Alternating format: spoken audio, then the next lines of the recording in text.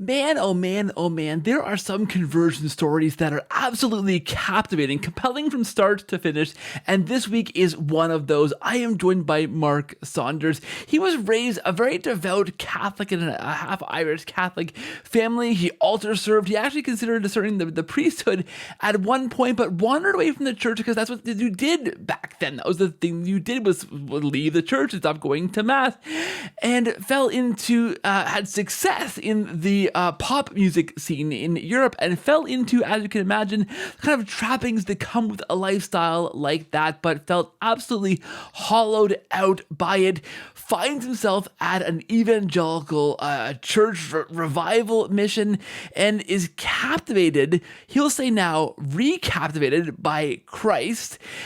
Begins life as an evangelical Christian, eventually becoming an evangelical pastor, preaching a very anti-Catholic message until he encounters the Catholic Church in its own words and resources like the Catechism, like actual real Catholic sources, encounters the early church and is done for at that point when he encounters the clear witness of the Eucharist from the early church, from the Catholic Catechism, and what Catholics believe about Jesus' blood, body, soul, and divinity in the Eucharist. Guys, this is an amazing prodigal son story you don't want to miss. Check your ideas at the door.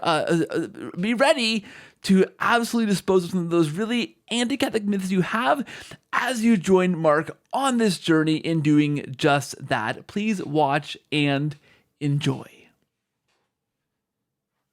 Hey friends, welcome to the show. Thank you for watching. Thank you for listening. If you are listening on podcast, hey, your ratings, reviews on Apple Podcasts and on Spotify help to push the podcast out to more listeners. Well, they have to help them to hear conversations like this one. So please do rate, review on Apple Podcasts and on Spotify. If you're watching on YouTube, hello YouTube world. Thank you for watching. Hit the bell, subscribe to this channel, interact below, guys. There's lots to be said this week on this conversation. So please do interact, and thank you for watching on YouTube. Guys, I am joined this week by Mark Saunders. And Mark, I'm going to read what Kenny Burchard, a good friend of the show from the Coming Home Network, sent me, because he reached out and said, hey, I got a guy that you have to have on your show. And Mark, he wrote this. He wrote, Mark was a pop music icon in the Boys Next Door group, and then entered the Evangelical Protestant Church, having left his Catholic faith as a teen. He was a pastor in the Evangelical Church for many, many, many years, and was drawn back by the Lord into the Catholic Church. He has an amazing story, and Kenny said, I have to have you on, Mark. So he's not wrong. Kenny's a good friend of the show, a good friend. So happy to have you. Amazing journey we're going to hear about, Mark. So welcome to the show. Thank you for being here, and hello. And hello to you. And it just shows you what giving a man $500 can do for an... Listen, if that's 500 of your dollars, 500 pounds, that's a hefty sum in the North American currency. So, bless Kenny. Bless Kenny, he's great. I've never heard myself ever described as an icon in any form at any time. So, it's a privilege to be here, Keith. And you know, we spoke. Off air, if you like, before, but I just publicly want to thank you as well for all the work you're doing, and you know, your podcast and YouTube channel played a huge part in me reverting back to the Roman Catholic faith. So, and I'm sure there's many more people like me, and there's going to be many more as well. So, thank you for all you're doing. I'm going to call you an icon. You're an icon. And I'll immediately go to confession. Absolutely. Well, the check's in the mail. So thank you very much. Thank you very much, Mark. I appreciate that. That's amazing. Thank you. Listen, your story sounds absolutely wild. So my job's gonna be to get out of the way and let you kind of unpack it. Go back as far as you want to go back, and then we'll go forward, and we'll jump in along the way, dig into things there. I suspect this is I know it's a fascinating story, and I expect listeners, viewers will have a lot to dig into here. So I don't want to leave them waiting any longer. Where does your faith journey begin, sir?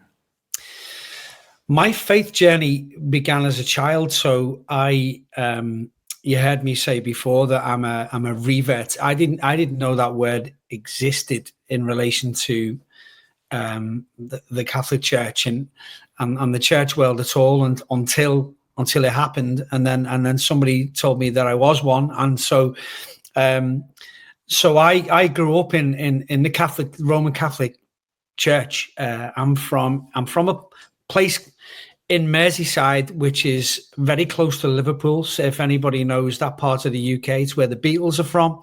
That's if anybody knows the Beatles anymore. I get shocked as to how old I am, but how much time has gone by when I speak to young people now, and that you say where the Beatles are from, they're like, who?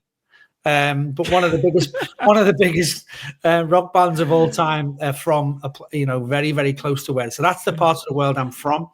But my mother and her side of the family are from the south of Ireland, a place called Buncrana, Donegal.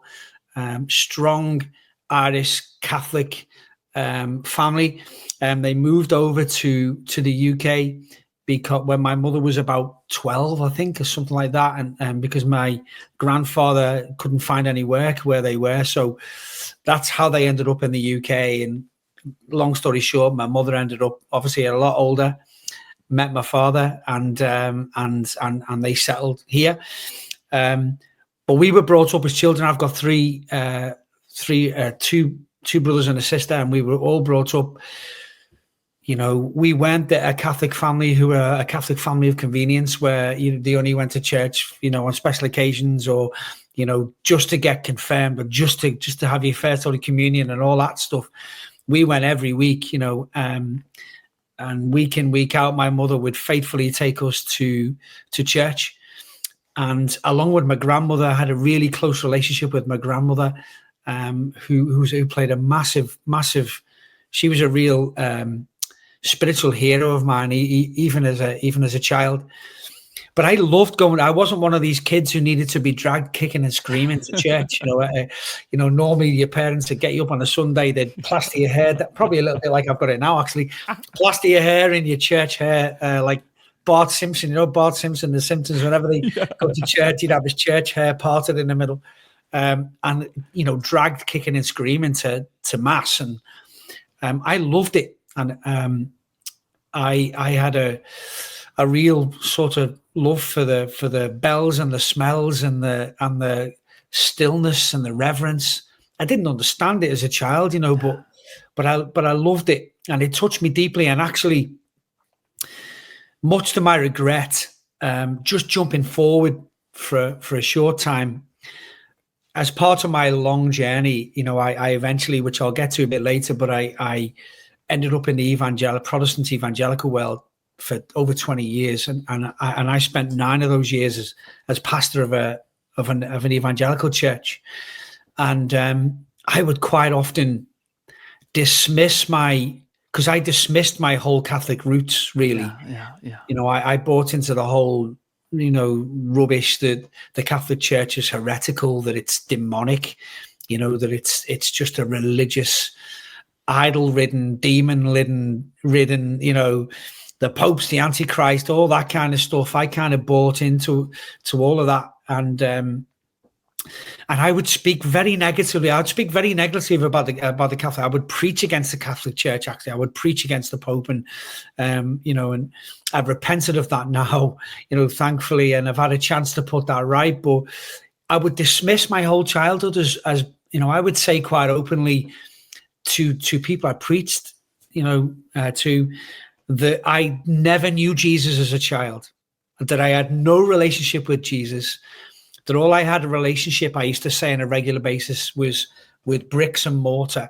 I had a religious relationship with a certain building that I used to go to on a Sunday morning, but I had no relationship with Christ.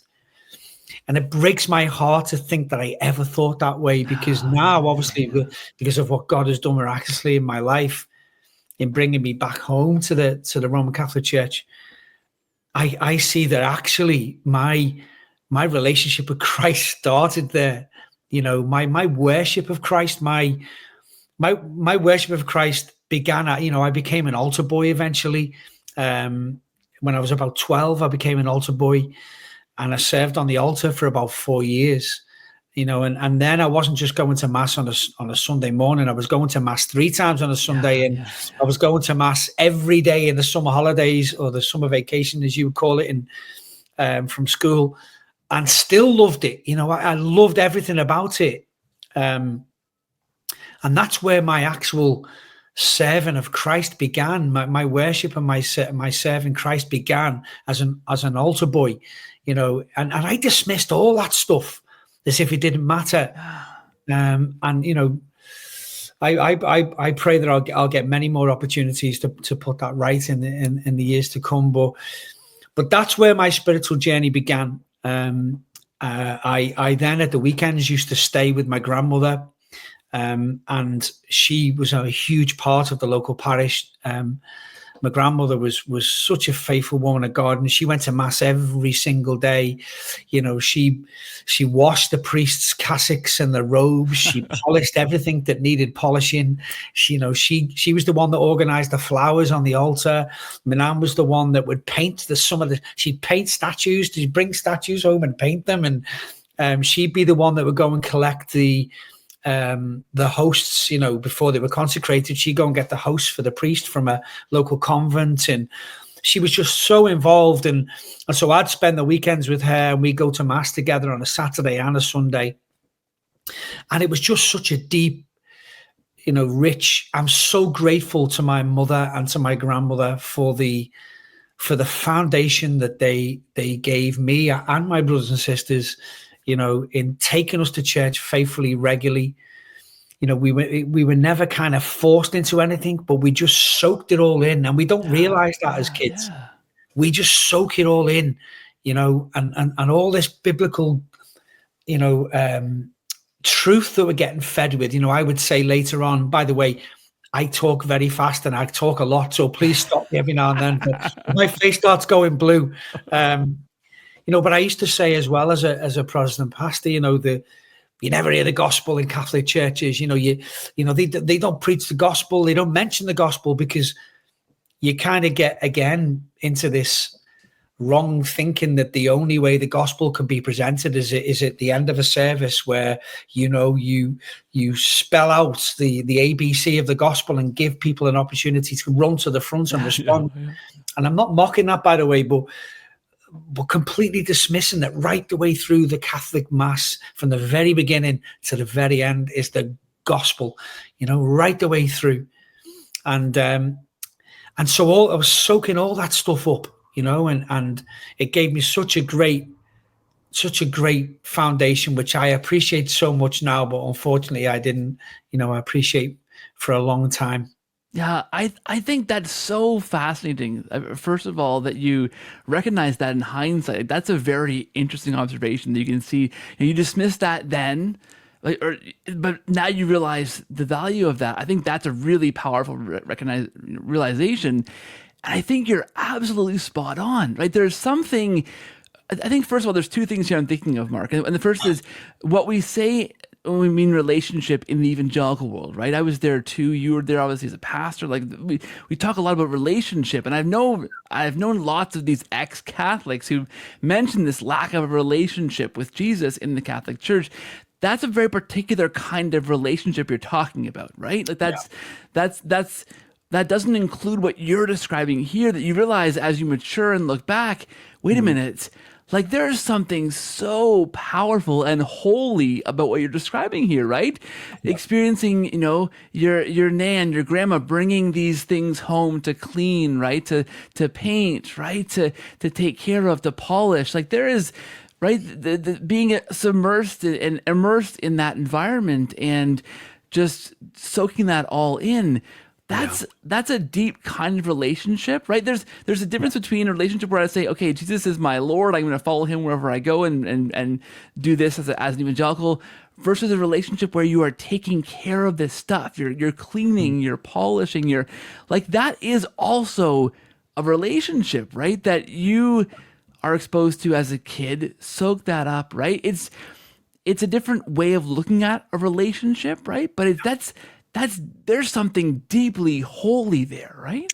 It is, and God the way I became to describe it eventually was that, you know, I had a childish relationship with Jesus and, you know, with God.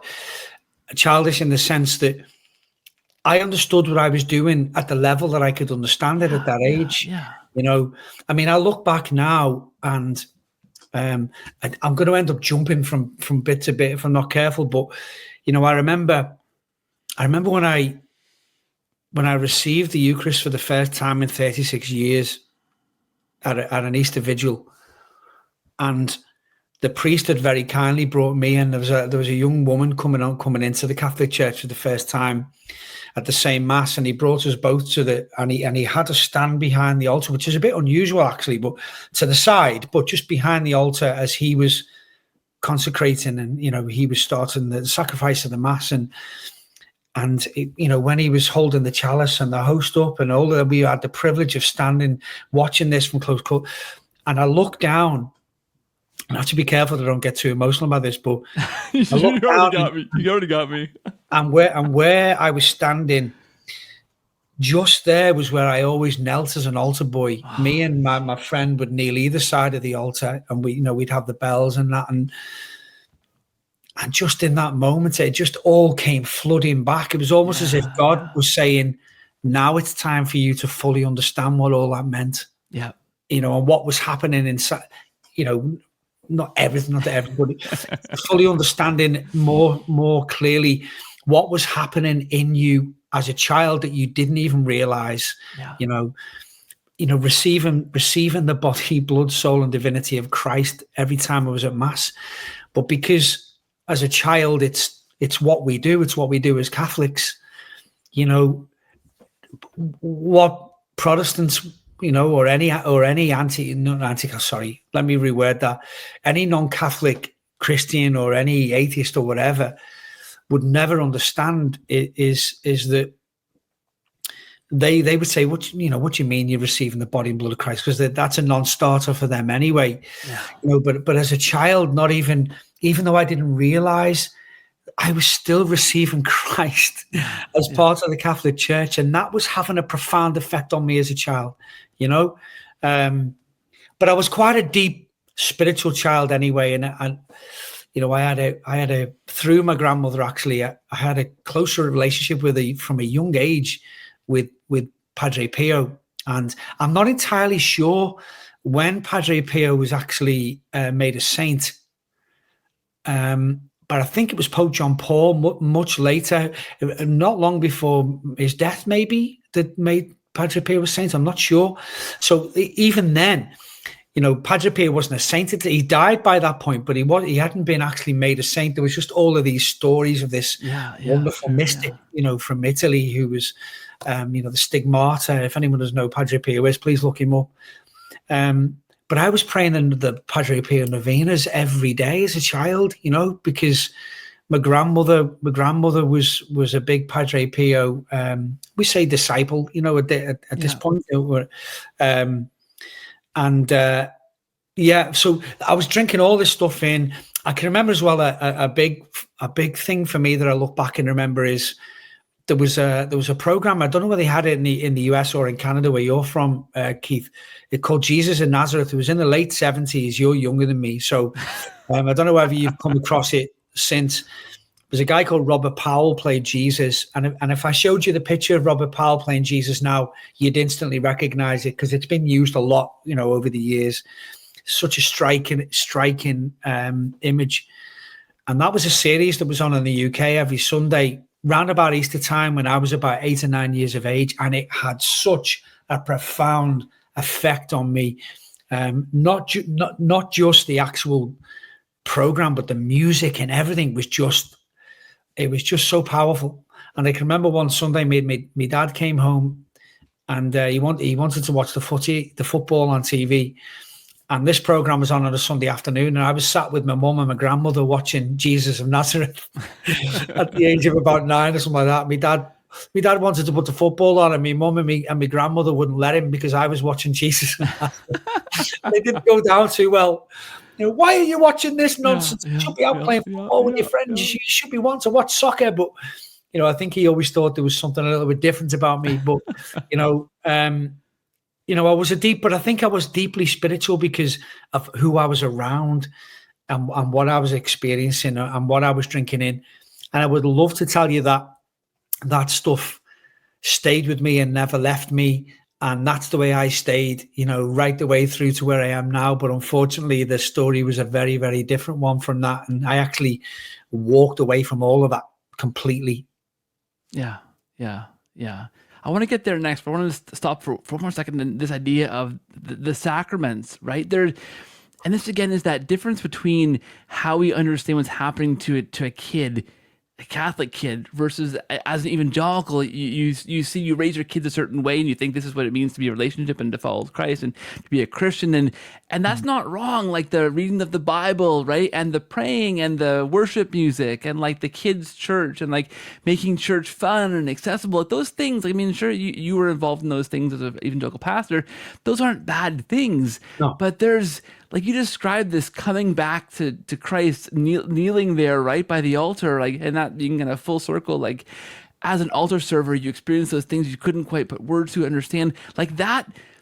The sacraments, right? The idea that God is giving us grace as Catholics through the sacraments, through baptism and reconciliation and confirmation and of course the Eucharist, like there are real graces happening there. That's a different perspective on how you follow Christ as a kid. You grow up in that environment, right? And there are things working on you that you can't always understand, right? Because you're a kid, right? Yeah. But those are very real graces that are happening, right? So I think, again, it's so wise of you to say, like, looking back, like so many right, ex-Catholics will say, I didn't know Jesus back then, didn't have a relationship with Jesus back then.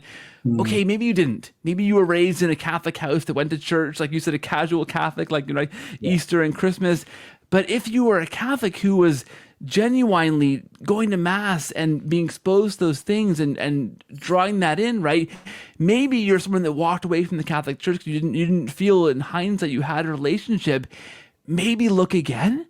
Maybe ask God to work on you a bit, because there are graces that are happening in those sacraments that are working on you, whether maybe you walked away from that or not. But that's real tangible stuff, and it's really holy. Yeah, and I think also as well, we don't understand it in one sense as children. We don't understand the fullness of I'm still trying to get my head around it as an adult now, the fullness of what it means to receive the body, blood, soul, and divinity of the creator of the universe, But as a child, we just accept it. And we accept it because that's what we believe. Well, this is what the church is teaching us, and okay, we believe it and we accept it. It reminds me of, the biblical stories where Jesus would say, "Let the children come. In fact, you guys should be coming to me. Let the children come to me." Because children came to Jesus, ran to Jesus with no barriers. They weren't interested in what kind of a leader he was going to be, or they just thought, I'm attracted to this guy. There's something about this guy. He looks loving and he looks kind. And whatever it was, the kids, kids could sense God in and on and through Jesus Christ, in some form. I don't know, but I'm maybe speaking too much for the kids there. But, we just accept it, and then we belittle it as we get older, because we kind of write off, I was a child then, I knew nothing. No, but what you knew as a child was all you could take in as a child. It would have been a very strange child at the age of 12 who would be able to, tell everybody the depth of what it means to receive the body, blood, soul, and divinity of Jesus Christ, and what it means to serve him on the altar. People would have thought that was even more strange. But yeah. That's fantastic. So what happened? What happens next? Obviously, you said this is a reversion story. So what happened next? So I was an altar boy till I was 16 years of age, which actually most altar boys had kind of left before then, because I was quite kind of a late developer and quite young for my age. But normally by the age of like 15, guys are too cool for school. I don't want to be an altar boy anymore. I'm growing a beard. I want to go out and live my life or whatever. I actually, going back to the deep spiritual side, I actually thought quite seriously about becoming a Catholic priest. Now, again, I didn't fully understand at that age the responsibility and the sacrifice that would fully entail. But I was watching my parish priest. I was avidly reading about Padre Pio and actually thinking to myself, "Oh, to be a monk must be great," all that kind of stuff. But I was drawn to something deeper commitments that I probably didn't understand enough of. I actually remember having a conversation with my grandmother one Saturday night, because I was a huge Elvis Presley fan as a kid. Believe it or not, he is a bit ahead of my time. I'm not quite that old, but I'd actually found a little. My uncle had kept an album full of things he cut out of the newspaper of Elvis Presley. So when he was young, and all these black and white photos of this, I thought, who is this guy? It turned out it was Elvis Presley, and then I discovered his music, and I became obsessed. And I remember saying to my grandmother that one Saturday night, Nan, she knew that I was thinking about becoming a priest. And I said, do you think if I become a priest, they'll let me have Elvis posters up in the in the house, in the priest's house? Because in my young head, I'm thinking, this is a deal breaker. This, if you don't let me have Elvis posters, I'm not too sure this life's for me, And I remember grandmother said something along the lines of, Mark, I think God can handle a couple of Elvis posters, don't let that worry you, kind of thing. And so I genuinely, up until the age of 16, and here's where it's all very strange, because I can't even explain it, Keith, why I walked away from the Catholic Church. I can't even explain why I let that happen. But I had older siblings, older cousins. I'm the eldest in my household, but I had older cousins from the same Irish Catholic family. And when they got to 16, they hadn't been altar boys or anything. But when they got to 16, they just said, when they'd left school or thinking of leaving school or whatever, I'm not going to church anymore. I can make that decision now. I'm 16. I want to go and do something else on a Sunday morning or whatever. And so I'd watched that happen at least twice before me, and I'm the next in line. And I just kind of assumed this is what we do. This is the rite of passage. I don't want to look uncool to everybody else. This is obviously what happens. And so I just made the decision very sort of calmly that, okay, so I got to 16, and I remember having the conversation with my grandmother again one Saturday evening, and I said to her, we call our grandmothers Nan in the UK. Yeah. I said, Nan, I don't want to be an altar boy anymore, and actually, I'm not going to be going to church anymore on a Sunday morning. And when I think about that now, I didn't realize at the time what road that was going to, the road it was going to drive me off, and what it was going to lead me to. But my grandmother did, because I can remember looking in her eyes. She had these really beautiful blue eyes, and she looked really gutted. She looked heartbroken. Yeah. But when I look back now, I think she was thinking, not only was she gutted that I wouldn't be an altar boy anymore, that I wouldn't be going to mass with her, she obviously knew what that meant for me spiritually as well.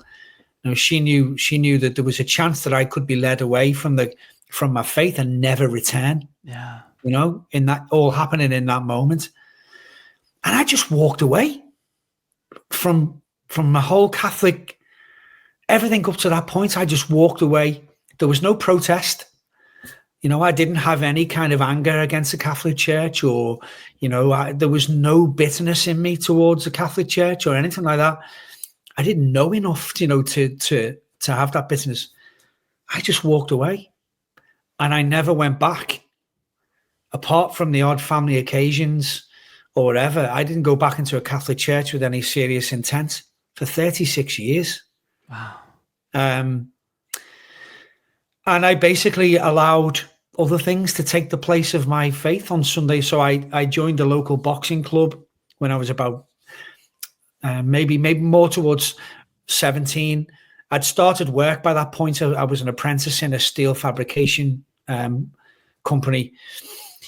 And so I ended up joining a boxing club. That kind of became my Sunday morning church life, if you like. That's where I went for a couple of years, to the boxing club. That was then overtaken by late 17, 18, I was starting to drink alcohol, regularly, which I was going out at the weekends, Friday, Saturday nights. I'd be out with my friends drinking. And Sunday morning would be when I'd lie in bed with a serious hangover, and not wanting to go anywhere. In fact, that began a really unhealthy relationship with me and alcohol that nearly destroyed me many years later. But I just never even thought about, I don't remember missing it. I don't remember missing Mass or missing that Catholic life. I just walked away, and it led me onto a path that nearly destroyed me. The well-traveled route of the prodigal son. Yeah. I made a decision at that time: give me the world, give me everything that looks more exciting. Give me what's going to come fast. What's going to be far more thrilling, if you like. It's never a good choice, and it always leads to the same place, which is destruction. And that's where it led me. Yeah, that's got to be. I mean, I'm sure you've gone over this a million times in your own mind. Devastating for your nan to hear. I mean, we had a nan as well. We're from Newfoundland, so we maintain the Irish connection. So I can imagine telling my nan, "Hey, I'm not going to church anymore." Like that's tough to, I'm sure, process over the years, that kind of thing, right? And fascinating, strange sense that you could walk away like that, right? That's the wrong word. Interesting is the wrong word. It's that's something in there, right? To that you walk away like that, something that you love so much because kind of others were doing it, like it was the normal thing to kind of do. Like that's hard. It's hard. It's a hard thing. And the thing is, again, I used that in my story, in my testimony. Years later, I used that as a bat to beat the Catholic faith with, because I would say, and I walked away. In fact, I can have heard myself say it so many times.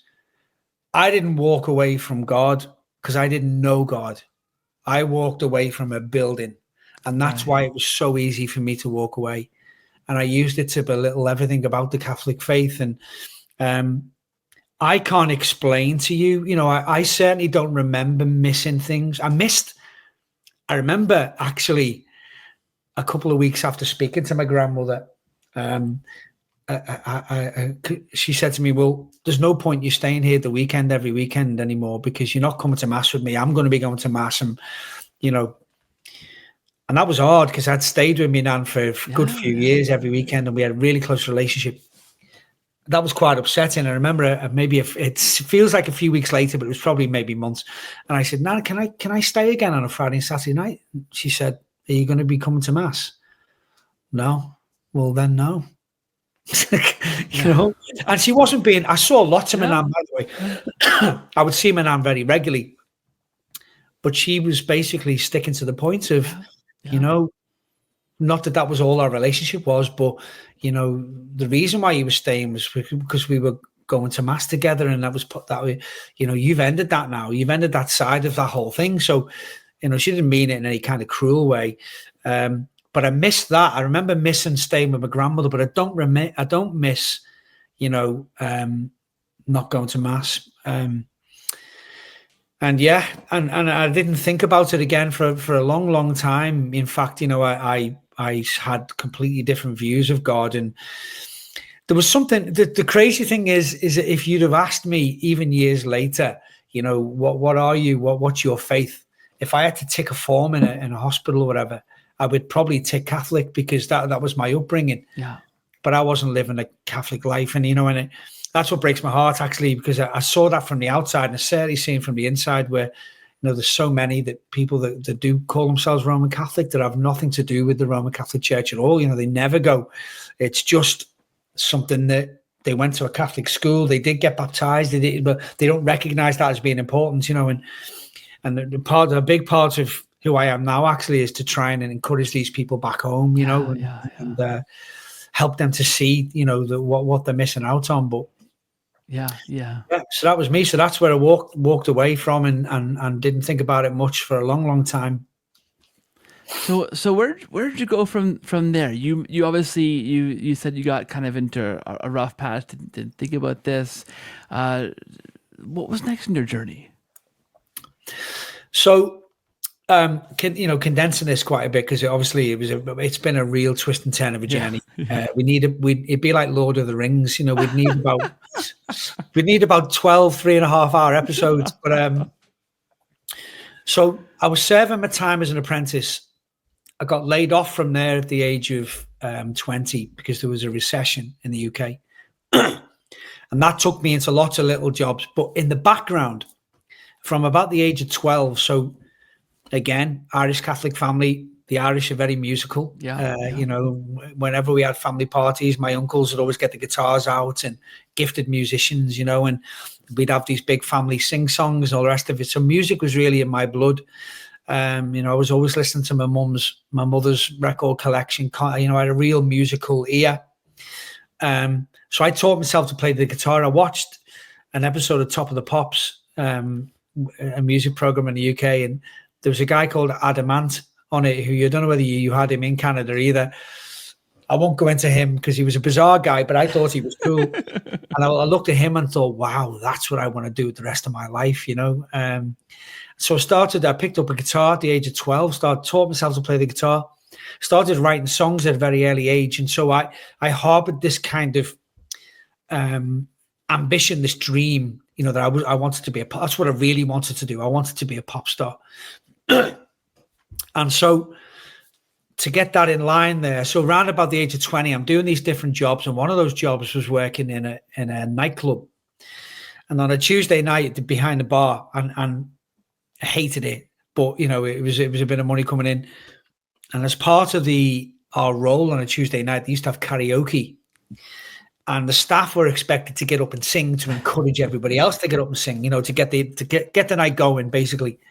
And so I used to get up and sing every week, and it started to get quite popular and stuff. And this one night I just sang, went back behind the bar, and this guy comes up to me, and he and this was as easy as a conversation went, and he said, do you want to be a pop star? I said, yeah, all right. And he slipped this telephone number over the bar to me. Call that number tomorrow. You're going to be famous. Wow. So I went, okay. Put in my pocket, carried on with the rest of the night.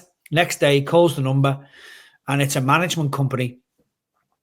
And the guy that slipped me the number is a singer. And so this management company, we're trying to put this band together to get a record deal and all the rest of it. And so I passed the audition. I'm in this band. At that point, it's a 3-part sort of old school doo-wop, really old school. Like we were kind of, we were a throwback, really. Leather jacket, jeans, hair combed back, which I thought was great because, I thought I was being a young Elvis, And so the band sort of grew and evolved, and we began to get this quite big fan base locally where we were in Merseyside, which spread a bit more and a bit further. And suddenly we had this big following of screaming girls that would turn up wherever we went. And at this point, we didn't even have we weren't writing our own songs. We didn't have a record deal, nothing. They were just turning up everywhere. The Beatles, who I mentioned earlier. This sounds familiar. Well, they very famously used to play a place called the Cavern Club in Liverpool city centre every Saturday afternoon. And there's these iconic photographs of young women and stuff lined up right the way down the streets in black and white photographs. And we started playing. It's not the same Cavern. It's kind of moved, but it's the same, called the Cavern still. It's exactly the same structure and that. but they call it the Cavern Pub, and we were playing there once a month, and we would have like queues of young girls, you know, all the way down the street, and the band evolved, and eventually, cut a long story short, we became a duo, which was me and another guy called Dean. And by now, I'm writing the songs, so it's original songs mainly with some cover songs. That kind of projected us further afield, and eventually we get ourselves a record deal with a record company called Stock and Aitken, who were huge in the UK and in Europe at that time. They were massive. We found ourselves recording our first single, which was released in the UK in 1995. We were called BND, by the way. The group was called BND. Terrible name, but you know, we were called BND. And although we got huge radio play, I think it was something like the 13th most played song in the UK that year. It was released, you know, which is good airplay. Oh, We didn't do an awful lot in sales, and we thought the dream was over. But then we got picked up by a German label, weirdly enough, and we went over there, got released in Germany, and that's where things really took off for us. And we had 4 singles in the charts over there, not like top 10, but they were like the German record industry is huge. It's not as big as the States, but it's like much bigger than the UK. So if you get in the top 50 in Germany, you know, that's a hit, you know, and you know, we were round about there. So we were getting more and more famous.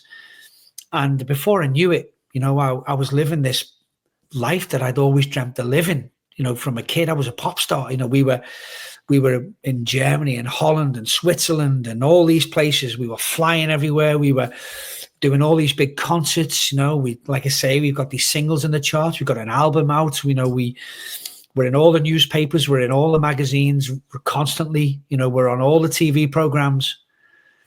You know, and unfortunately, you know, along with that comes the extra bits. You know, the partying, the alcohol, the dabbling in drugs, all of that stuff thrown in. But I'm living this life that I've dreamt of since I was a kid.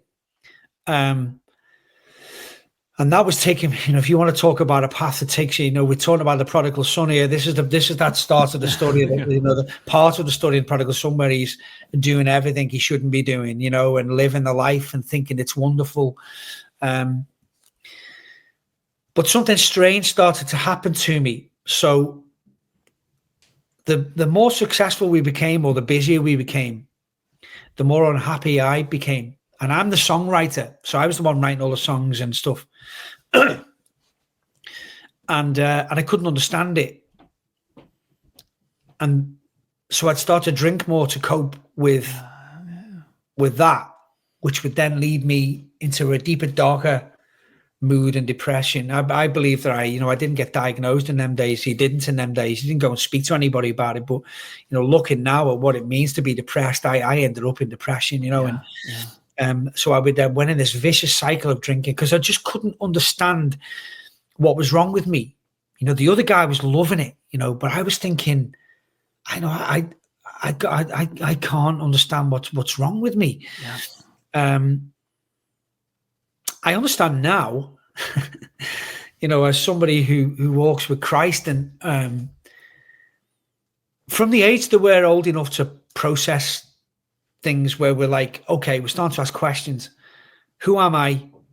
Why am I here? Who put me here? What's this all about? All those big questions.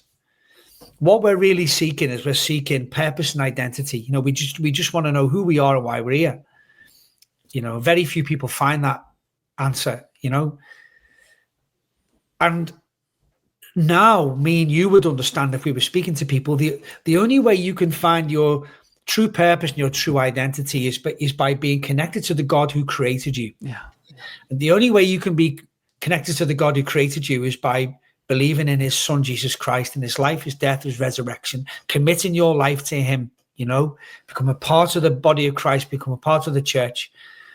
That's the only way you are gonna understand what true identity and value and purpose is.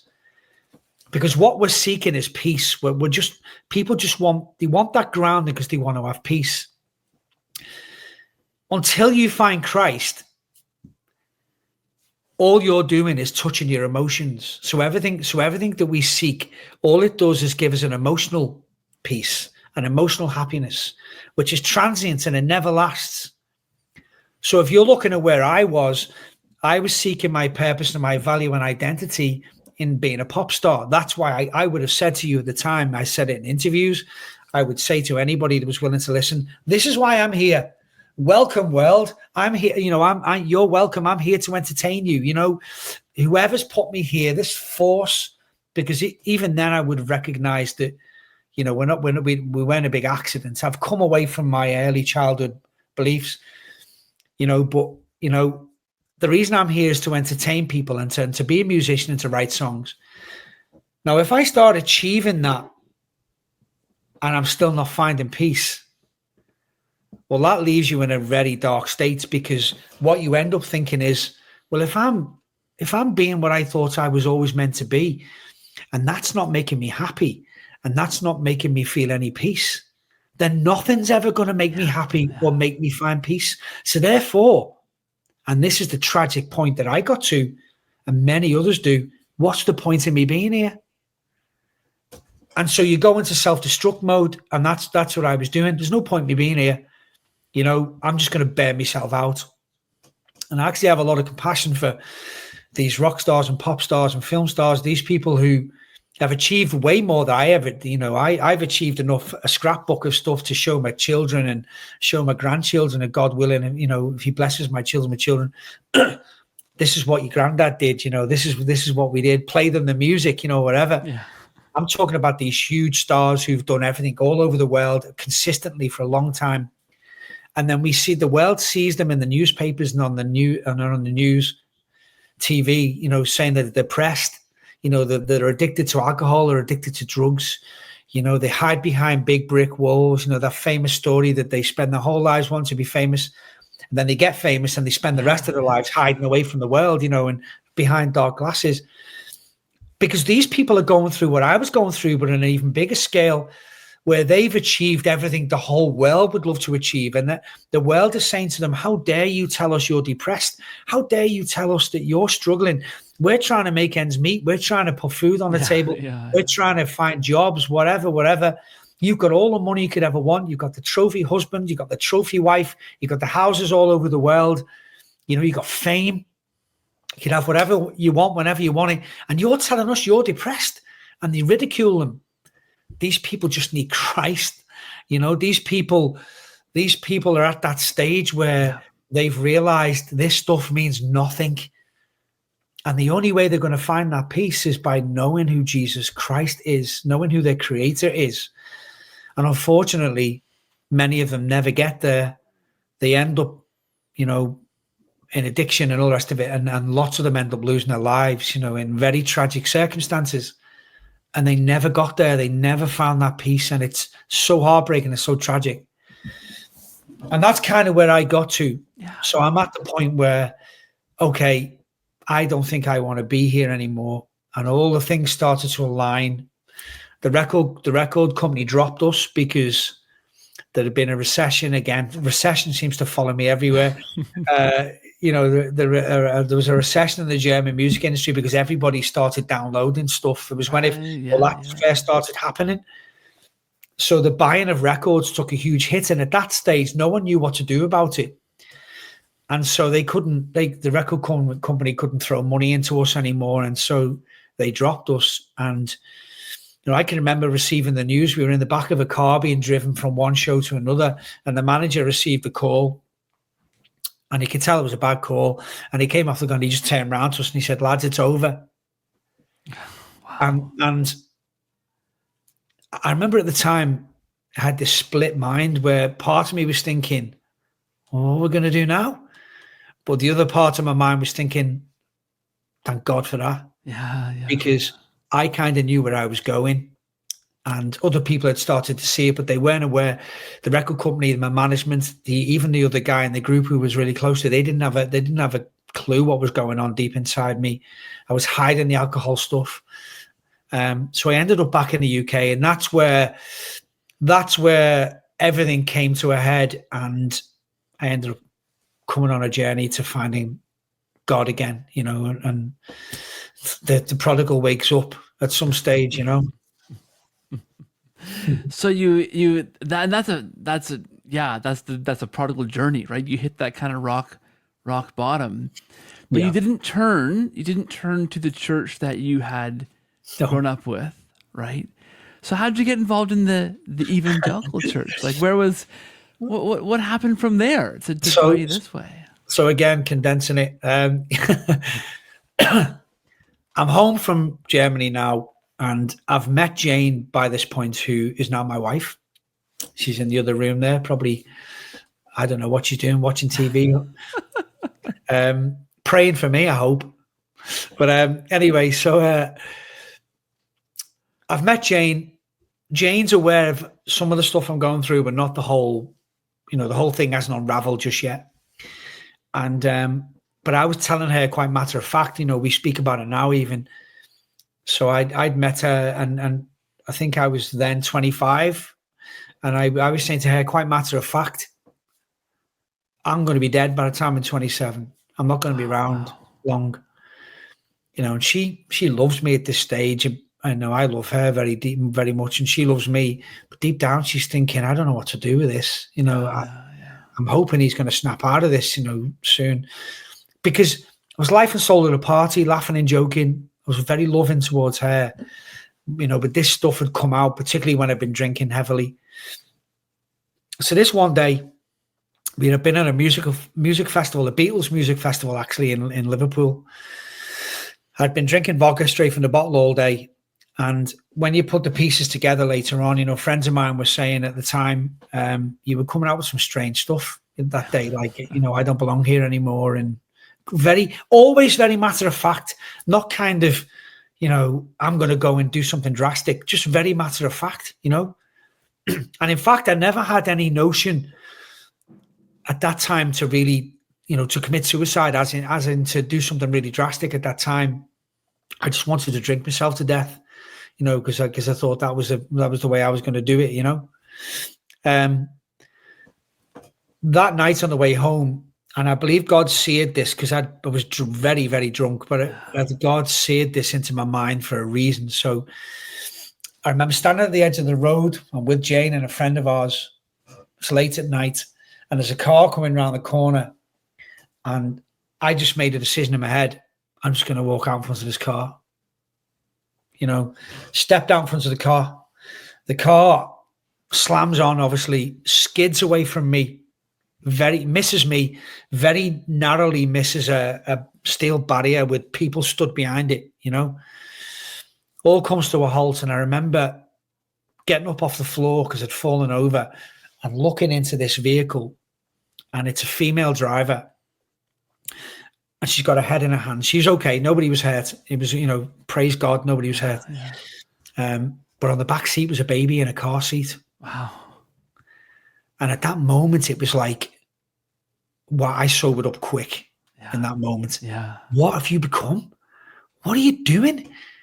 Never mind me. What about them? What about the lady in the car? What about the baby on the back? How selfish? How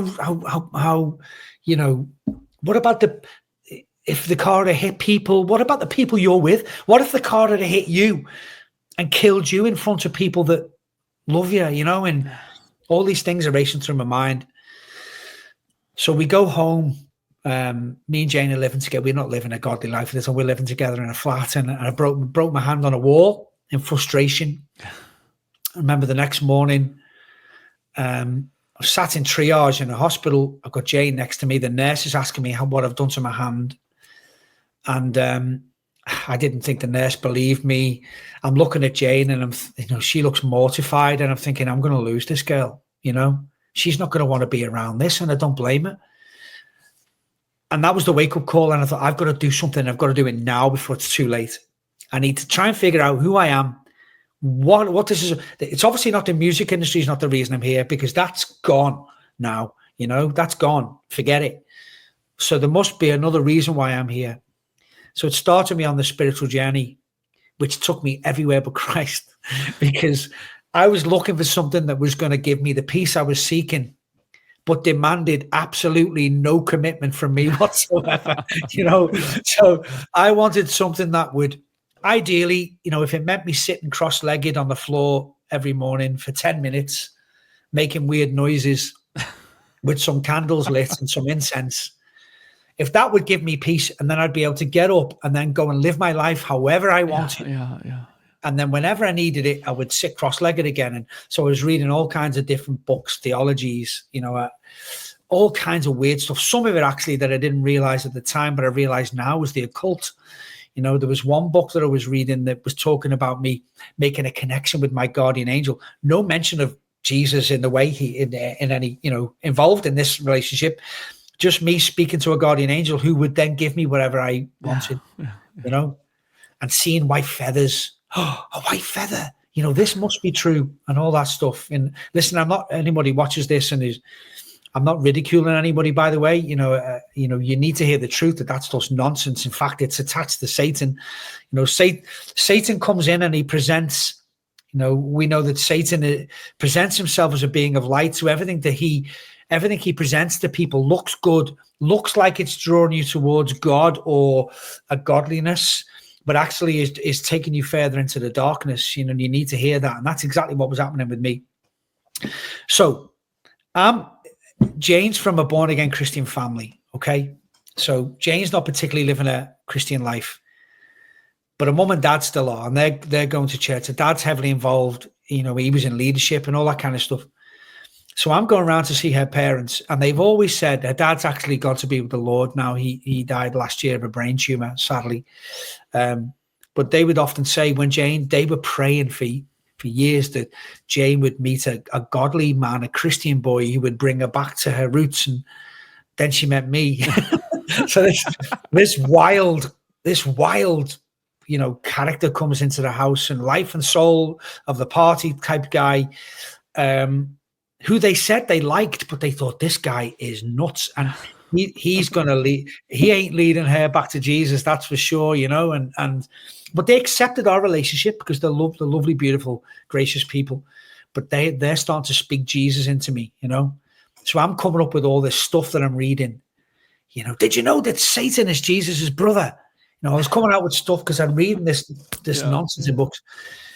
The Satan and Jesus were angels and the brothers and blah blah blah blah blah, and they'd be like, oh, so they'd be kind of like trying to direct me towards God. So they kept inviting me to stuff. They invited me to church meetings. They invited me to hear, there'd be an event on, an evangelical event. Yeah. And I went to a couple of these things, but it didn't do anything for me. In fact, I found them quite judgmental. Not them, but some of the preachers that get up. I remember walked out after one sentence on one of the preachers because I thought, you're judgmental, I'm out of here. So I left. I realize now that some of this stuff is seeping in, though. Again, seeping in. God is calling me back to Him. Yeah. It's not the fullness of where He's calling me back to, but He's calling me back, and I'm starting to listen. So eventually, Jane's dad invites me to a guy called J. John, who's quite famous in the UK. He's a Anglican evangelist. So he's doing an event in the Anglican Cathedral in Liverpool city centre. So Ian says, look, this guy, he's meant to be really good. There's a group on as well, a Christian group. He's desperately trying to hook me in here, music. Do you want to, you don't have to come. It's on for 10 weeks, actually. Every Monday night, he was covering the 10 Commandments, this guy. Why don't you come to the first one? We're going over as a church on a bus. And if you don't like it, you can leave if you want while you're there, but I didn't want to go. But here's the thing. So I told you me and Jane were particularly living a Christian life. So we just found out that Jane was pregnant. Okay. And I'm thinking, if I go to this, they don't know yet. It might soften the blow. When we, go, obviously me and Jane have repented of all that, that stuff now. But so I says, okay, I'll come.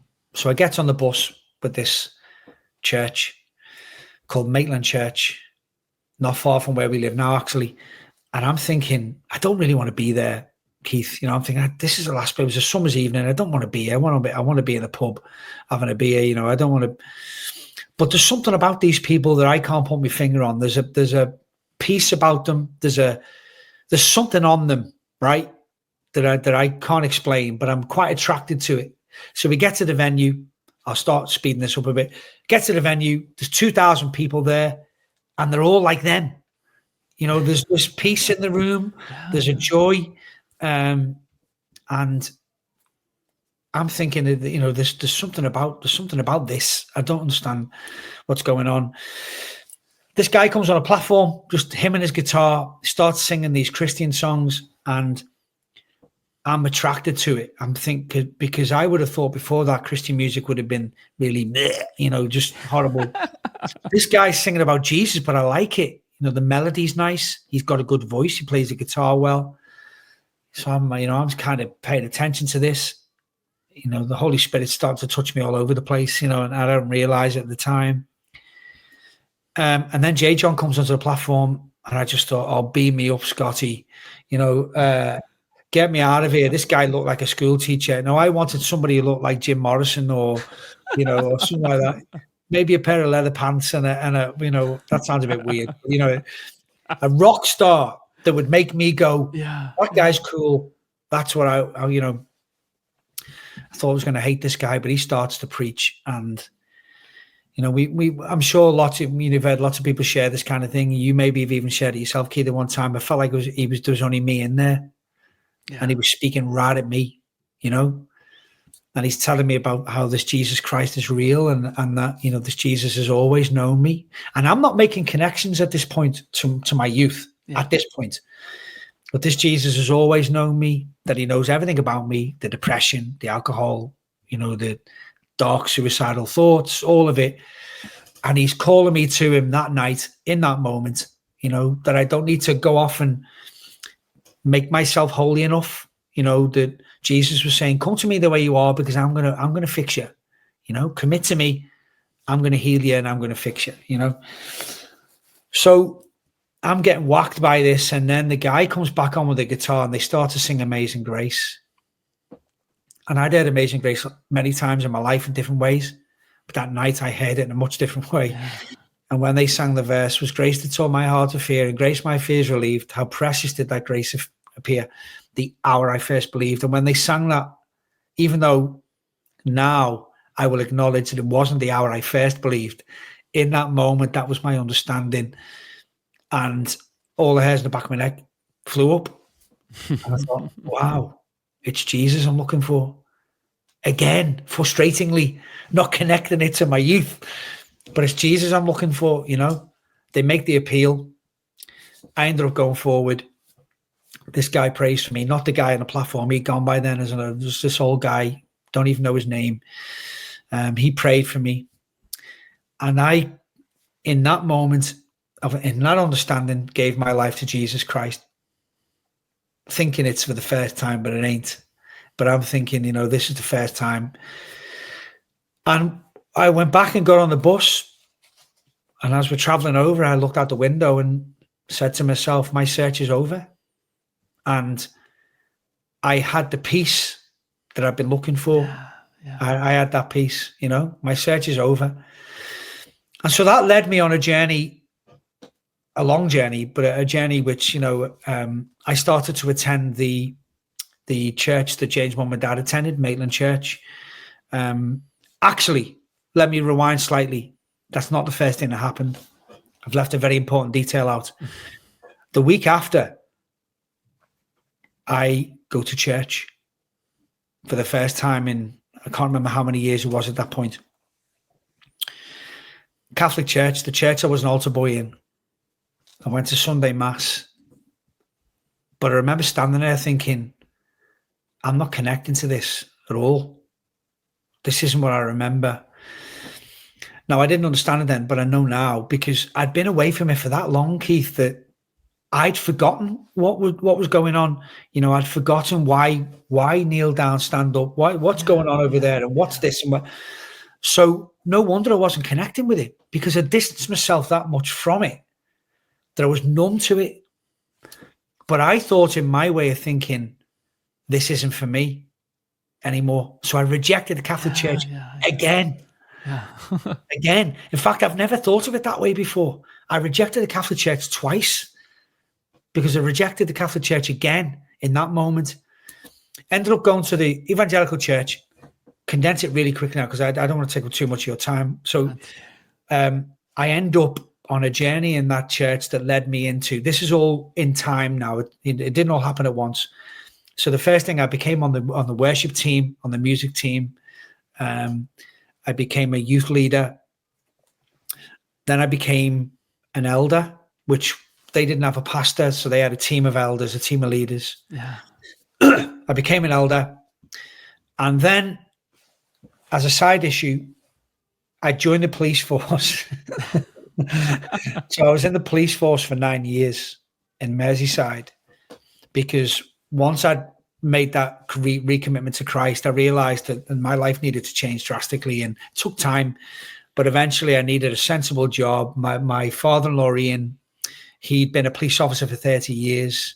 My father was a fireman for 30 years. And he suggested, why don't you join the police? He said, yeah, you get a good pension and all that kind of stuff. So I applied thinking I wouldn't get in. Before I knew it was in. So I'm a police officer at the same time. I start feeling this strange calling to full-time ministry, which I didn't understand. And so I ran from that for a good couple of years. And then eventually I spoke with the elders about it. And they said, well, look, you're already on the leadership team here. Can you take a career break from the police force for 2 years? Or can you take one from the police? I realized I could do for 2 years. So that's what I did. I took a career break. I worked for the church for 2 years. And at the end of that 2 years, they said we wanted to stay as pastor. So I resigned from the police. They had a vote in the church. The church voted me in. I had no background in theology. Hadn't been to seminary or anything like that. They just saw something in me. Yeah. So I resigned from the police force and became a pastor. And I was a pastor for 9 years of that evangelical church, which is it's an amazing story for Jane's mom and dad, because they're praying for me. This guy comes into the house. He ends up having a radical encounter with Christ. Because of his radical encounter, their daughter eventually comes back to Christ, and he ends up being the pastor of the church. That's a great little side story. But so I became this pastor, and I then became really angry with the Catholic Church. In fact, that had started before then. Over time, after that encounter in the cathedral, I became really angry with the Catholic Church, and it got worse and worse. I thought I'd been lied to. Yeah. I thought that I'd started to believe all the nonsense that I mentioned before, that I was just wrapped up in religion, that I didn't know Christ, and all these Catholics don't know Christ, and it's all this big religious dark occult thing, and they're all under oppression, and they're all bound in chains, and they're all going to hell, and we need to tell them, we need to lead all these Catholics out. That became one of my, I started to move heavily in evangelism, and Catholics would be one of my main targets. I led people out the Catholic Church, Keith. Breaks my heart. I led people out because they came to me searching, and they'd been Catholics. Now you need to get out of there. You don't know Christ. You need to come to Christ. And I would preach against the Pope, and I would preach against Catholic teaching, and this just whole thing was burning up inside of me. But God had other ideas. And halfway through my pastorship, I started to have this strange draw back to my Catholic roots, which was like, no way. In fact, how I processed it at the time was, this is Satan. Yeah. Because God has anointed me. Everybody keeps telling me how anointed I am. God has anointed me to have this huge ministry. By the way, I don't want to sound like, if anybody from my old church sees that, I don't mean that in a ridiculing way, but that's the truth.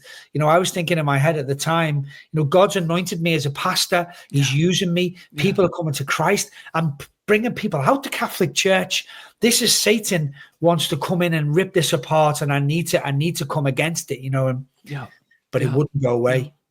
So the investigation started, privately. You know, it started with debates. So I became obsessed with debates on YouTube.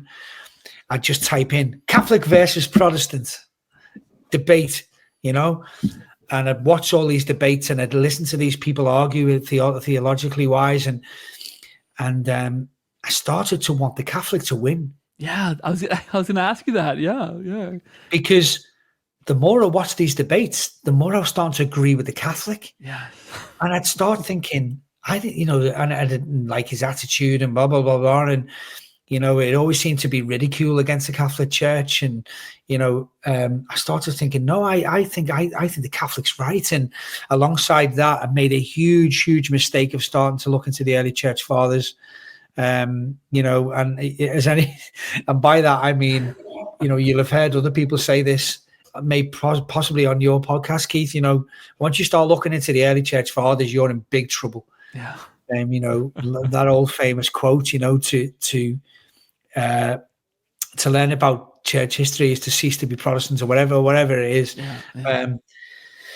So I'm getting whacked by that, and I'm starting to read the Catechism of the Catholic Church, and I'm finding no problems with it whatsoever. And all these walls start to come down, and I'm terrified by this point because I'm thinking, what am I going to do? So I'm pastor of a church, you know, I can't be thinking these things. So I'd pick it up and I'd put it down. I'd burn myself out with it. Jane would always say, Mark, you're going to burn yourself out. You know, if you're not learning about the end times and the rapture, you're holding a catechism in your hand. You know, you're like these two obsessions: rapture, catechism, rapture, catechism. Early church fathers.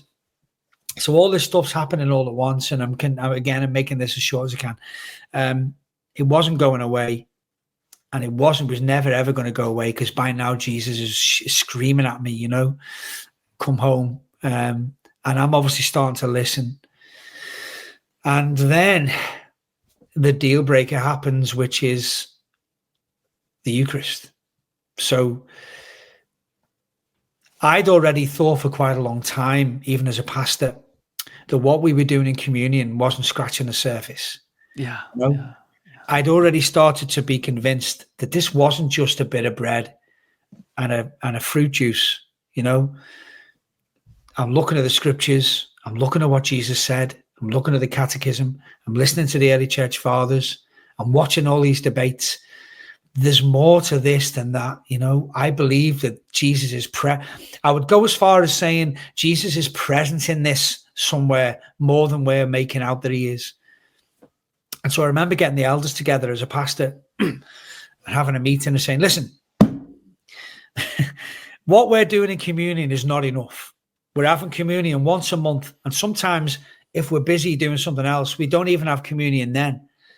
We need to do it more often, and we need to do it more. We were doing it as reverently, in the sense that, you know, we would have those times of coming before God before we take it, you know, in conviction, and spend time thinking about the cross. I was trying to convey to them, but I couldn't get my words out that I believe Jesus was in this physically, you know, and so we need to be far more reverent. I don't want to hear anybody saying this is just an illustration anymore. You know, I'm not going to say it, and I don't want anyone else to say this is an illustration, because it's more than that. We need to stop saying that. And they must have been thinking at the time, where's this going? You know, where's he leading? So, so we did that, and it still wasn't enough. And I knew it wasn't enough, because now I believe I'd become convinced this is the body, blood, soul, and divinity of Jesus Christ. I can't facilitate that. I can't convince the people in Maitland Church that this is the body and blood of Christ. Yeah. Because I don't have that authority to facilitate that, because the only way that can be given to the people is through the Mass. The only way that can be given through the Mass is through the priestly authority, you know, the calling of the priest and the sacrifice. And I can't give them that. And there's no way that I can explain that to them. And so I had nowhere else to go. And I'm thinking, well, the only place that I know that facilitates this is the Roman Catholic Church. You know, and by now I was already agreeing with papal authority and the sacraments, the Mary thing, as I used to call it, took me a bit longer to get my head around. Mary is as the beautiful teaching of our mother. The Blessed Virgin Mary took me a lot longer to get my head around, because I think I'd been indoctrinated so much into the demonic side of Mary being, this is idolatry and you're all going to hell. That wall took a little bit longer to come down. I can reassure you it has come down. But I was okay with everything else. I'd understood that there were some things that I didn't need to have to fully understand straight away. There was a certain section of things I had to agree with, but I knew that, I needed to return home, and that left me with a huge dilemma. So do you want to interject at any point now? Because I don't want to... No, there's a lot in there. And one thing that you said that struck me and this is the route of many, say, anti-Catholic, whether they're pastors like you were, or just lay people in the pew who are in churches that are very anti-Catholic, right? You get to a point where you go, wait a minute, this is the thing I'm attacking. It begins to seem like maybe it's not what I think it is, right? Yeah. And you begin to peel back these kind of misconceptions, and you go, wait a minute, this isn't that thing that I thought it was, and this isn't that thing either, and this isn't that thing. There's a moment, like I can for myself, from that perspective, watching these debates on like YouTube, right? And you begin, and I've heard this too many, many times, you begin hoping that Protestant in that debate has really good answers to the stuff that you're thinking of too, right? And and what inevitably happens is the more you watch these debates, the more you realize that that Protestant is repeating those tired tropes that aren't true about the Catholic Church. Oh, they believe this. You go, no. I know that's not true. I read the Catechism. They don't believe those things. You're debating a fake Catholic Church doesn't exist, right? You're kind of tearing down, and you begin to okay. So then the ones that are good, that are attacking the real Catholic Church, that know their stuff, I want to hear their good answers to these Catholic, and you realize, well, they don't have good answers, right? And you go from watching these debates rooting for the Protestant to keep you out of the Catholic Church, right? To convince you of things that, okay, yeah, they're right on this thing, so I can not be Catholic. I should remain Protestant. You get to a point where, at least I did, where you realize that, wait a minute, you want that Catholic to win because there's nothing else the Protestant is going to say to convince you, because right, you realize that they have nothing to bring to this that's going to be that stopgap. So then you want to learn more and more about the Catholic Church, right? And you begin to kind of absorb the Catholic side of that debate, right? And I've heard that trajectory so many times in the show from listeners, from guests, right, who get to that point where you realize that the best that Protestantism has to offer in reply to the Catholic questions isn't enough. It's not enough. It's the answers just aren't good enough. They don't make enough sense. They're not getting to the core of like the early church of Christianity, right? Yeah, and it's like, this is probably a really bad illustration, but it's kind of like the Wizard of Oz. Once you've seen behind the curtain, on both sides as well, it brings you to a point where spiritually there's nowhere else for you to go. Yeah. If I had have denied that, and I've heard other people's testimonies where sometimes they did deny that for a lot longer, or maybe some people have you get to a point where you're thinking, so here I am now. I step down as pastor. The step down happens where I realize that I'm not giving the people everything I should be giving them, because I'm starting to kind of neglect them in a way pastorally, because my head is so pulled all over the place. I step down to become an evangelist in the church, which really is a way of me. And eventually I left Maitland Church and became an itinerant evangelist for 2-3 years. And this is while this journey is really, when you put it in the time scale, it's really ramping up. But I'm at a point now where I'm thinking, right, I've got a decision to make. I can't go backwards again now. I just can't. Because I can either make a choice to say, my ministry, the living I'm making from the ministry, if you like, and all the connections I've got with all these churches is more important than the truth. Right. Yeah. Yeah. So I know that I'm at an impasse now where I'm going to lose everything, as in all the preaching, all that stuff's going to go, right? Or I'll keep it and I'll lose everything. Yeah. In here. Yeah. And I couldn't live with that, and so sat down with Jane. She knew I'd been open and honest with Jane all the way through, and she wasn't on that journey with me, but she understood it, she respected it, and she trusts me, and she trusts me spiritually, and she knew that I'd done the research. She knew that I'd done the heartachingly, all the heartaching, the tug of war of the heart, and so we made the decision together. I said, I'm going to return back to the Catholic Church, but it means we're going to lose. It means my side of the bargain. Yeah. We're going to lose everything. Yeah. And we did, Jane's got her own career. Once I'd made the decision, I contacted every pastor that I knew that I'd worked with, and was working with, and spelt it out to them exactly where I was. And the vast majority of them dropped me straight away. Yeah. Some of them were a little bit more kind of, okay, well, let's just see. But then they dropped me anyway, eventually. Not always in a loving way. Some of them in a loving way. It was a really tough period. I lost some good friendships, I lost a lot of friendships. And basically the ministry, by that point I had a ministry called Saved and Sent Ministries. That just died, It was kind of like, nobody wanted me to come and preach anymore. There was 2 organizations that knew and didn't mind me being a Catholic, and they invited me to come and preach as a Catholic, which was amazing. And I've got some stories I could tell you about some amazing things that God did with Catholics. Yeah, and so it was a tough season, for a year. It was tough. I'd started to then speak with a Catholic priest and my local parish priest, and eventually, speaking with him, he said, why don't you come into the Catholic Church on Easter Vigil?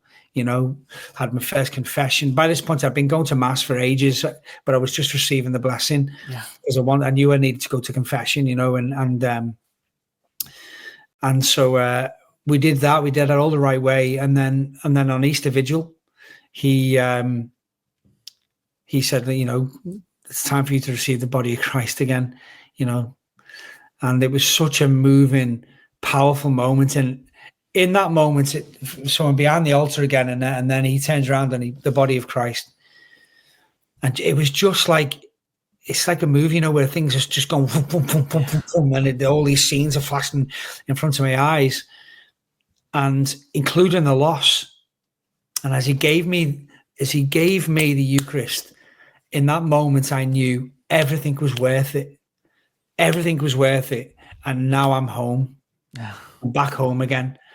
And I'll tell you a story, actually. So I went round to the priest's house to have confession face to face. And we're talking 36 years worth of, I'm not going to the details, but I can tell you something now that, some of the things I did confess was the way I treated the Catholic Church. And all those things that were ripping my heart apart that I denied and come up against and opposed. And anyway, after 5 hours, after the confession, the priest, Father Ray, his name is, he's a great guy. He takes me over to the side and he prays absolution. And after he's finished praying, I looked to my right and there's this huge painting on the wall. Now, I'd seen this painting when I came in, and I just assumed it was the Apostle Paul or something. To me, it looked like Paul, I don't know why, praying over somebody. And I said, that's a beautiful, this thing's huge. You already know what the painting is, don't you? Yeah. This thing's huge, massive. So I says, what's the painting? Is that St. Paul? I'm already speaking like a Catholic. Is that St. Paul? And he says, no, that's Rembrandt's Prodigal Son. Yeah. As he said those words, just like in that cathedral that time, boom. And it was like, that was the moment, that it all hit me. As before I received the Eucharist, then the whole journey hit me. But actually what was happening to me hit me in that moment, that actually this wasn't a new thing. This was me coming home. And my mind opened up then to the whole, and I want to make it clear that I don't, what happened to me in the cathedral that night was valid. Okay. I made a response to the gospel of Jesus Christ that night. I came to the front. What I understand now is it wasn't my first response to Christ. My first response was as a child through baptism and through confirmation and First Holy Communion and all the things that were happening there.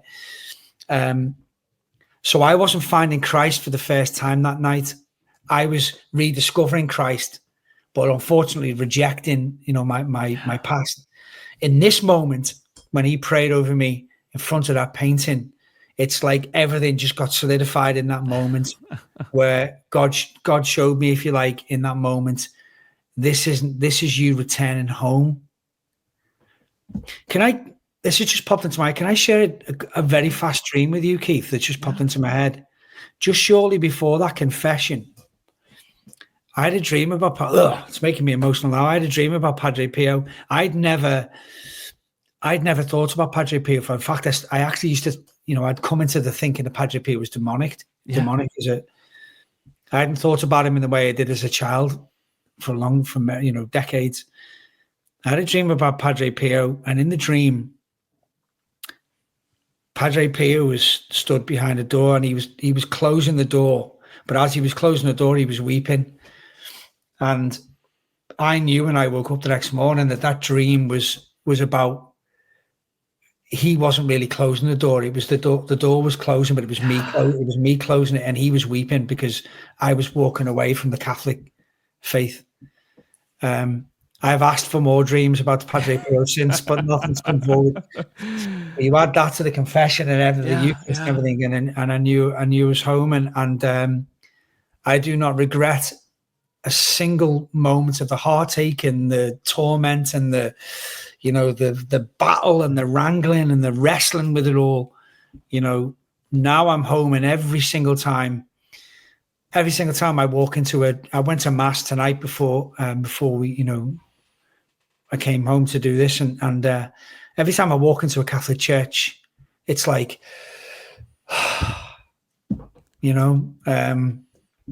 I'm home, and I praise God, that every time I'm there, I'm like, I thank you so much, Lord, for bringing me back. Thank you for your patience and your mercy, yeah. I got to say, I don't know how much you know the Padre Pio history of this podcast, but he's one of the dearest patrons of this podcast. Is oh wow, I didn't know that. That very same Padre Pio. So he's calling you home. Yeah, he's bringing you back. Yeah, he's deeply at work in so many places and through so many people. That's phenomenal. There are a million questions, of course, I could ask you. I'm trying to distill that into one, but I wonder, you've had a remarkable journey, right? Obviously, the sacramental graces that went before you as a kid, right, never went away. Those came back and reconnected in a powerful way. I'm thinking there are many famous ways that people say, hey, if you're curious, try this. If you're curious, try this. I'm thinking of Dr. Peter Kraft, right? His famous challenge is, hey, if you're curious about the real presence of Christ in the Eucharist, go to adoration. Just sit there and ask God to reach you, and he will, right? I think of these great, like if you're curious about Mary, ask her to pray for you. Pray a rosary and see what happens, because, right, she'll pray for you, and that happened in my life, certainly a ridiculous miracle. My very first prayer, asking Mary to pray for me, resulted in a huge miracle, right? Wow. Curious about the saints, ask Padre Pio to pray for you, because he will, right? And things will happen. I'm curious, what's on your heart if somebody were to ask you, hey, Mark, your journey is remarkable. I'm kind of curious. I'm wondering, what would you encourage somebody to do to take that next kind of step? Do you mean towards the Catholic Church or to Christ initially? What do you mean? Are we talking? I'm thinking of that non-Catholic Christian who's like, okay, maybe there is something here in the Catholic Church. Maybe I was that anti-Catholic who heard things that right in a setting in a church that drew them away, but they're curious that maybe you're onto something in the Catholic Church. The first thing that springs to mind is something that played a huge part in my story, which was I read stories of people like me. The Coming Home Network is one place to go for that. That's what they specialize in. Is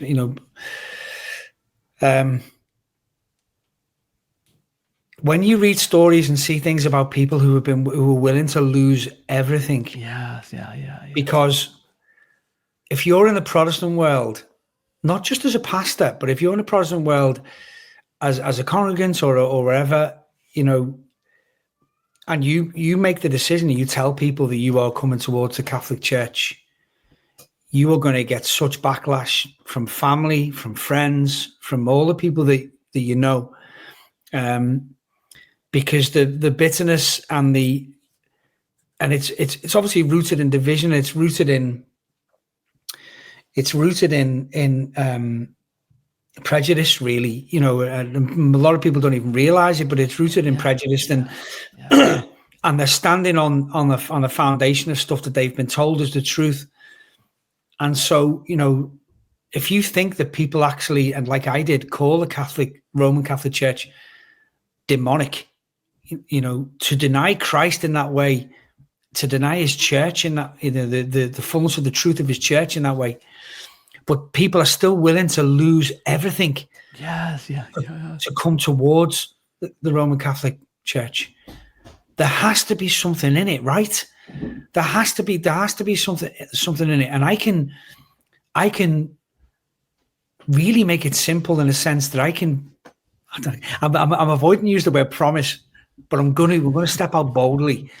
I can promise you that if you are willing to do the research properly from Catholic resources, to read the early church fathers, to read to look into the catechism, what the Catholic Church actually teaches, to go and sit in a Catholic mass and not go with a prejudice, but just to go and say, okay, God, what have you got, kind of thing, let me know you're here in some way, any positive way, in that way, stepping towards the Catholic Church. God is going to honor and meet you in that, because the reason is because it's the truth, because it's the fullness of the truth, and Jesus is going to draw you into that, and it will become impossible to resist. To think about the Eucharist, the body and blood of Jesus Christ. To think, if Jesus made such a point of saying to the disciples, do this is my body, this is my blood.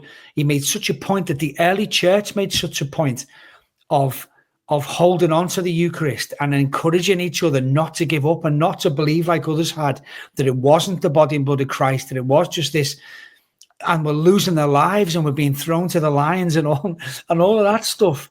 If Jesus was so serious about it, how can it possibly be just an illustration that we can do once a month or 3 times a year? It's either everything or it's nothing. It's that famous quote, sorry, you know more than me about this, Keith. If it isn't a real presence, then to hell with it. Yeah. It's either everything or it's nothing. Otherwise, what's the point? And all of these things, I can guarantee God will start speaking to your heart so powerfully, in such a humble way as well. It'll be such a gentle thing. Before you know it, you'll be thinking, how did I get it? How did I get here? They would be some of the things that I'd say. It would be to investigate, do the research. I met with so many people who wanted to meet me once I returned. Pastors, whatever. Let's meet. I want to hear about this, Mark. And they meet you, and their full intention, coming from the right place, it's got nothing to do with wanting to be interested in my story. They just want to, this guy is going to hell, and we need to drag him out of the sinking sand quick. So they just want to preach at you, and they want to tell you how the Catholic Church is wrong on this and wrong on that and wrong on. None of them had done the theology. None of them that I can remember sitting with had done any deep research into what the Catholic Church actually teaches, to the point where when people would ask to meet me after that, I would say, do me a favor, I'm more than willing to meet you. Go and get a catechism of the Catholic Church and read it, and then we'll meet. But they're not willing to do that for two reasons. One, because they haven't got the time and the energy, and they're not interested because they think that the devil's going to grab them by the throat out of the catechism. And also because they're probably deep down frightened that they're going to find something in there that they agree with. You know? But anybody that does serious research and takes the time, I believe, is going to have their eyes open to the fullness of the truth. And it's happening to so many people all over the world. You know, and now more than, I won't say more than ever, but so many reports of people returning and reverting into the Catholic Church right now in this time. It's astounding, really. Yeah, absolutely. Mark, we could, and maybe we should, talk for many more hours in this conversation. This is fantastic. I'm so sorry. Oh, This no. is probably one of your longest. I love this. This is fantastic.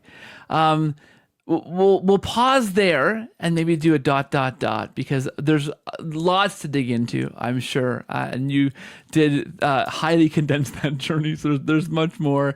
But I want to thank you, and I want to ask if there's anywhere you want to, point listeners towards. They can find more of your stuff, follow you. I'll put those things in the show notes until we meet again, Mark. Where do you want to point them towards? Yeah, I mean, well, do you know what the funny thing? And I'm not trying to be falsely humble here.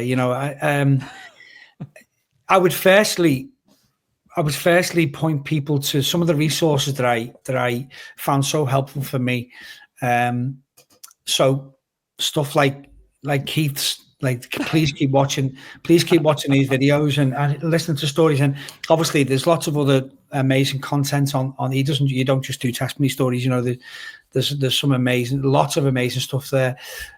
People like Keith, the Coming Home Network is an amazing organization who have such great resources on there.